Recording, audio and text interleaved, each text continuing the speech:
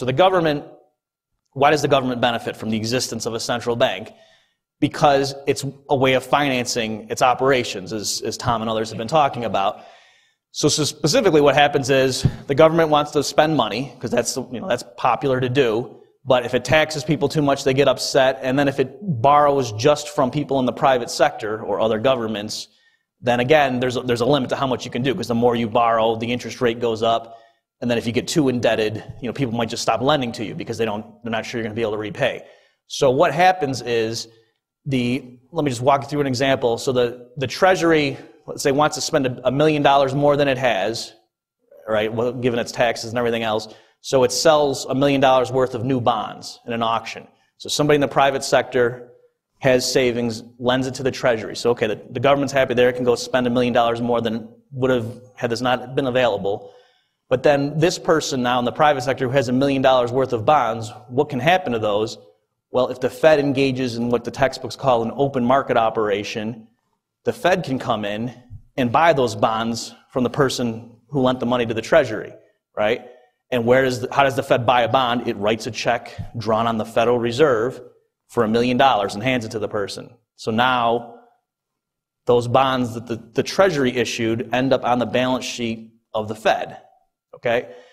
And you say, oh, okay, so now this guy who lent his $1 million to the government just got paid back the $1 million from the Fed. And you say, well, where did that $1 million come from? Was it because Bernanke, has been cutting lawns and babysitting and saving up money, and now he has $1 million? No, he just writes a check drawn on thin air. There's not some pile of money that whenever Bernanke spends, it draws it down and, we better slow our open market operations because we're going to run out of money.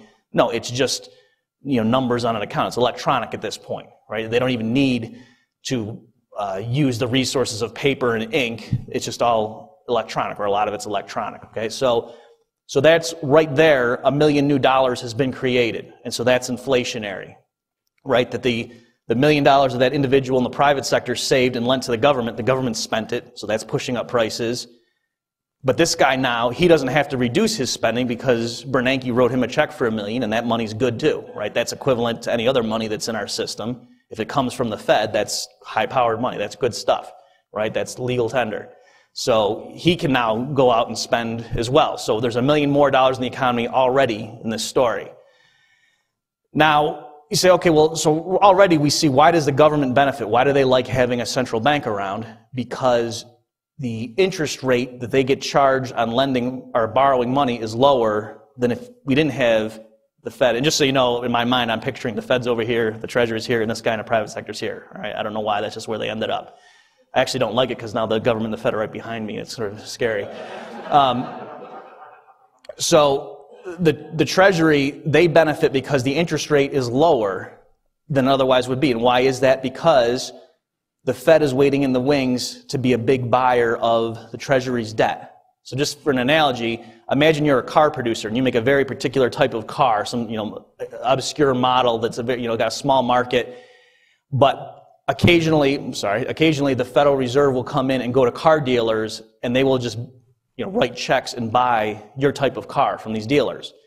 Well, knowing that that's a possibility, dealers are going to be more likely to buy your cars as the producer of them, and they're going to pay you higher prices because they know they can unload it to the Fed. So it's the same thing with the government's bonds or the government's debt, that people at the auctions, when the Treasury has an auction and needs to raise money, people in the private sector pay them more for their bonds, meaning the yield is lower, right? That they insist on a lower interest rate because they know they can sell them to the Fed. All right, or another way of putting it is the prices on government debt are bid up because there's a big demander in the person of the Fed, and so higher prices on bonds is the flip side of a lower yield. Okay, so right off the bat we see the government benefits because interest rates are lower, but there's another reason the government benefits.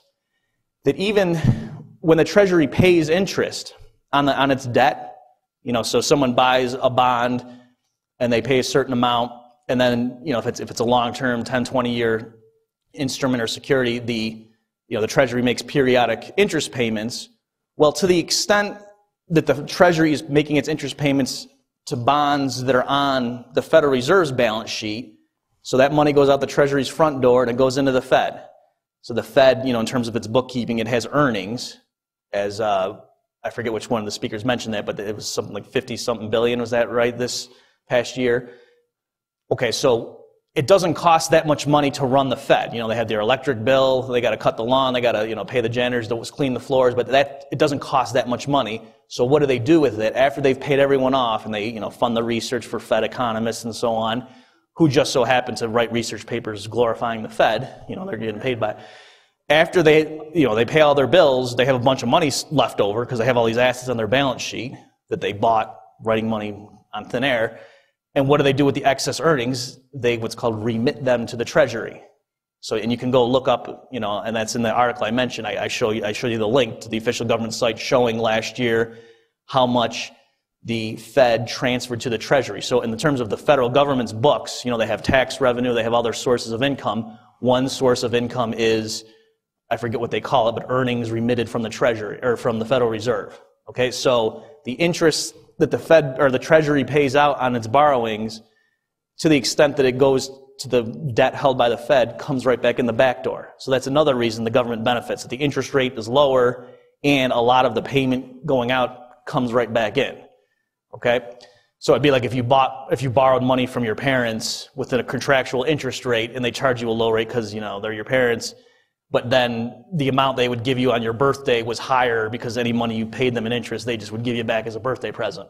All right? And that way you could see it'd be pretty painless to borrow money from your parents if that were the arrangement, and it's the same thing here. Okay, so that's why the government's happy. But what's perverse now is the story doesn't end there because, let me just check the time here. Okay. Because what happens is the money now, that check that the Fed wrote to this guy, he goes and deposits it in his commercial bank. So now his bank has $1 million more in what's called reserves. And this is going to get technical. I'm just going to cut to the chase here.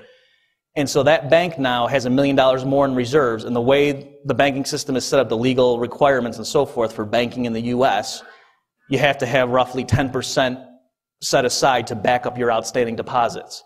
So that particular bank now, because they saw their reserves go up by $1 million, they can go out and make a new loan of $900,000 roughly. So someone who wants to buy a house for $900,000, this bank now can give them a mortgage for $900,000. They can say, sure, sign some papers, and now open up a new checking account for this person in the amount of $900,000 and just put it on their books. So when you ask, well, where did that $900,000 come from? It was just a bookkeeping entry. It didn't come from anywhere. Okay, it's the magic of fractional reserve banking. And so that's a part that it really, I mean, we're just kind of used to it. And even I taught it, it didn't really sink in with me just how messed up that is. That's crazy, right? That bank, so that's not even, you know, we understand when Bernanke writes a check for $1 million, oh, he just created money out of thin air. But so does that bank. That bank also just created $900,000 out of thin air. It's a pure bookkeeping entry. Now, the book's balance, on the commercial bank's balance sheet, you know, they have a $900,000 liability in the new checking account that guy's going to then, you know, I'm a civil, but he's going to go pay to buy the house. And on, you know, their asset side, they have the mortgage that's, you know, at the moment of creation is valued at $900,000. Okay, so I mean, the book's balance, but when you say how did both sides of the balance sheet go up by the same, it's because they just did it, you know, through the magic of fractional reserve banking. Okay, so now and then that process multiplies, of course, and that's ultimately by creating that new injection of $1 million that the Fed did when it bought the government bonds, it allows banks, as it cascades through the system, banks eventually can lend out up to a new $9 million. Okay, so now there's a total of $10 million in new money floating around. In a sense, the government got $1 million of it, and the private banking system got $9 million.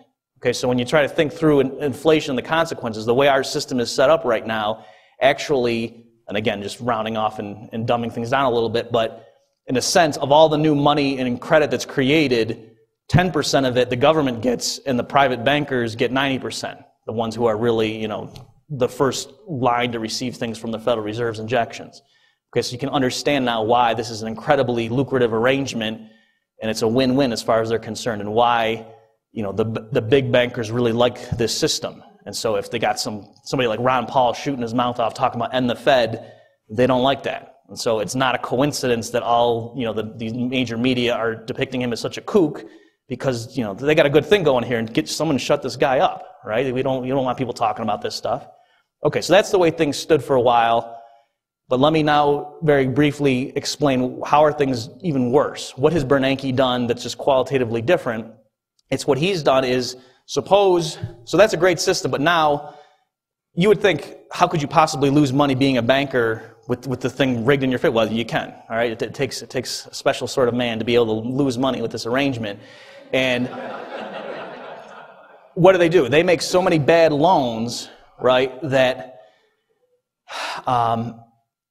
they run into the problem of capital constraints. And again, I don't want to get too technical here, and also Doug French is in the audience, who was a former banker, so if I try to get too technical, I'll make a mistake, so I'm gonna stay away from it. But basically, the idea is, let's say that $900,000 mortgage they gave to the borrower who goes and buys a house and pays $900,000 for it.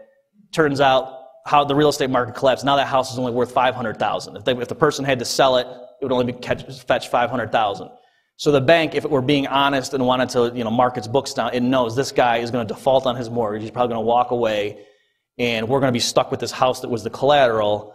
And if we value it at market prices, we're going to have to knock down our capital by $400,000, right? That right now in our books we have an asset in this guy's mortgage that we're pricing at $900,000, but really true market valuation it would be $500,000. So our books we have to write down our capital by $400,000. And if the bank made lots of bad loans like this, it could be insolvent, right? The shareholders' equity could go below zero if they did it right there. So the bank's in trouble.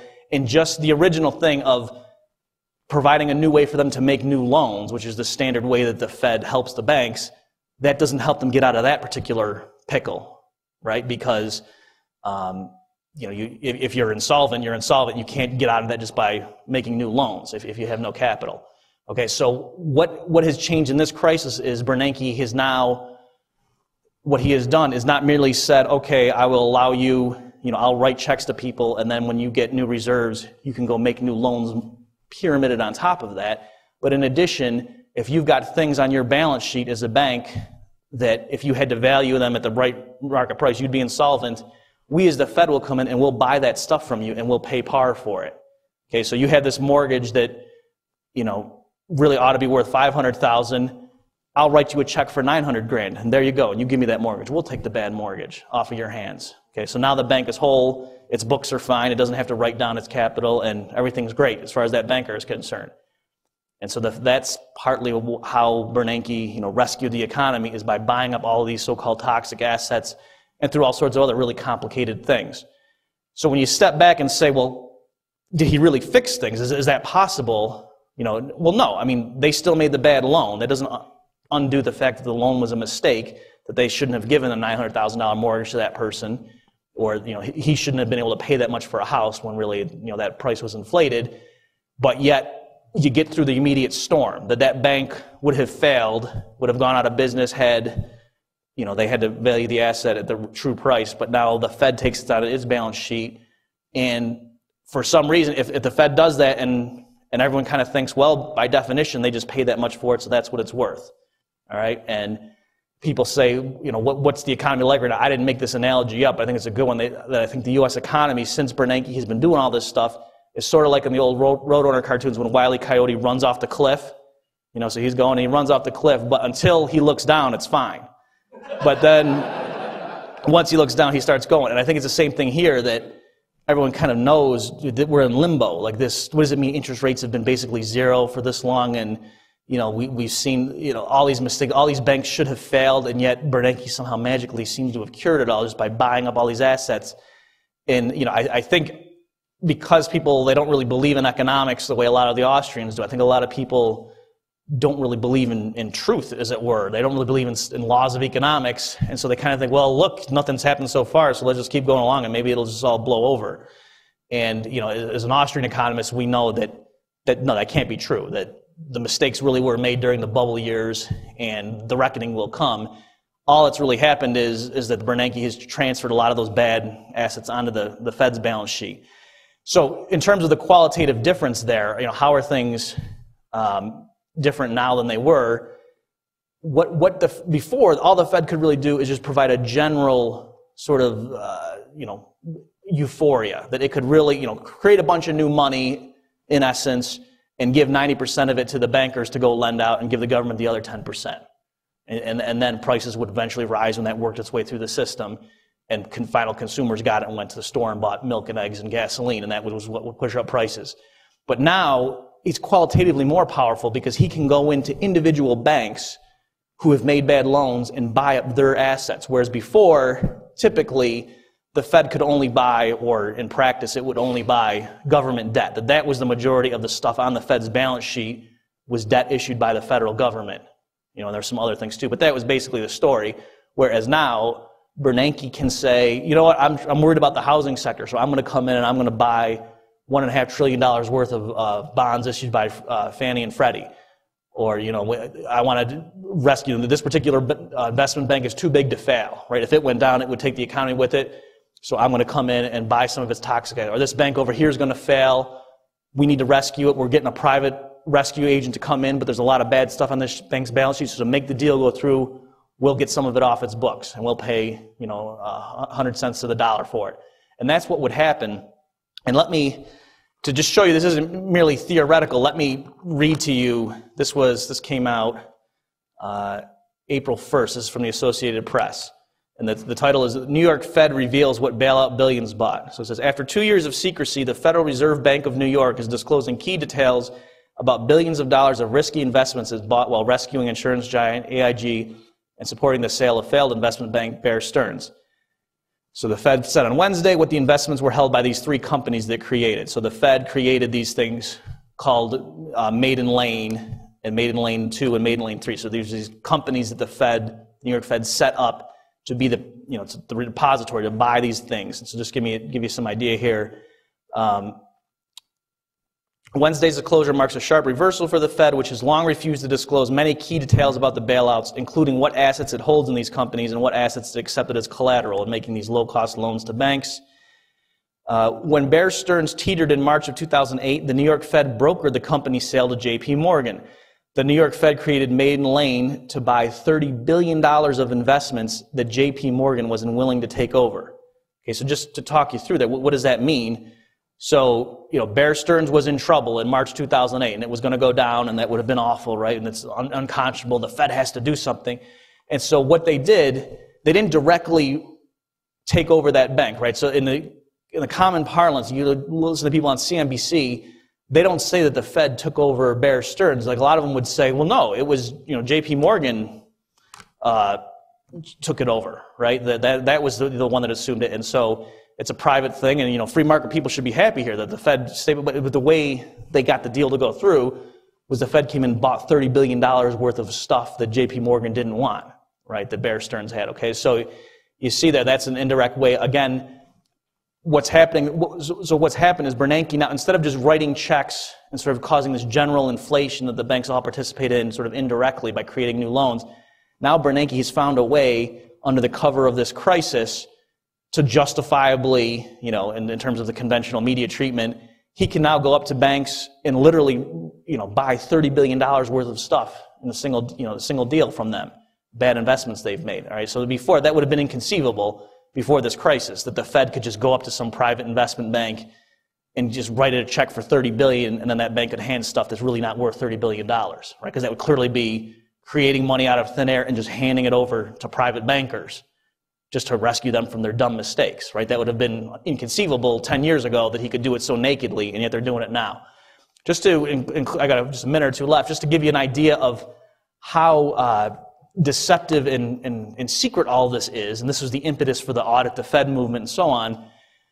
Congress called Bernanke before, and this was in December of 2008, so after all this major rescue operation stuff had been going on, and Congress wasn't saying, we want you to stop, or we're going to second guess what you're doing. They just said, tell us who you're giving all these billions of dollars to. And Bernanke said, no, because if I were to tell you, that would defeat the purpose of the program. All right, so just think through that now Bernanke has established for himself, not only that he has the ability to write checks for billions of dollars and hand them out to individual investment banks to buy their bad assets, but he doesn't even have to tell anyone, even Congress, who he's writing the checks to and for how much. I mean, that's just mind-boggling when you think about it, right? That before, like if a king had a printing press under his command and was going out and spending stuff, but at least if you could see what he was buying, you would have some idea of what was going on. But the Fed now, I mean, they had the ability to create this money, and you don't even know, except in terms of the Fed's reports, you can look and see like what the gross totals are, assuming those are correct, but you don't even know where the money is going. So in terms of just the corruption and the ability of the Fed chairman to influence events, I mean, that's just mind-boggling. And that's why I think, if you remember, when Bernanke's renomination came up, there was at the last minute a little scare.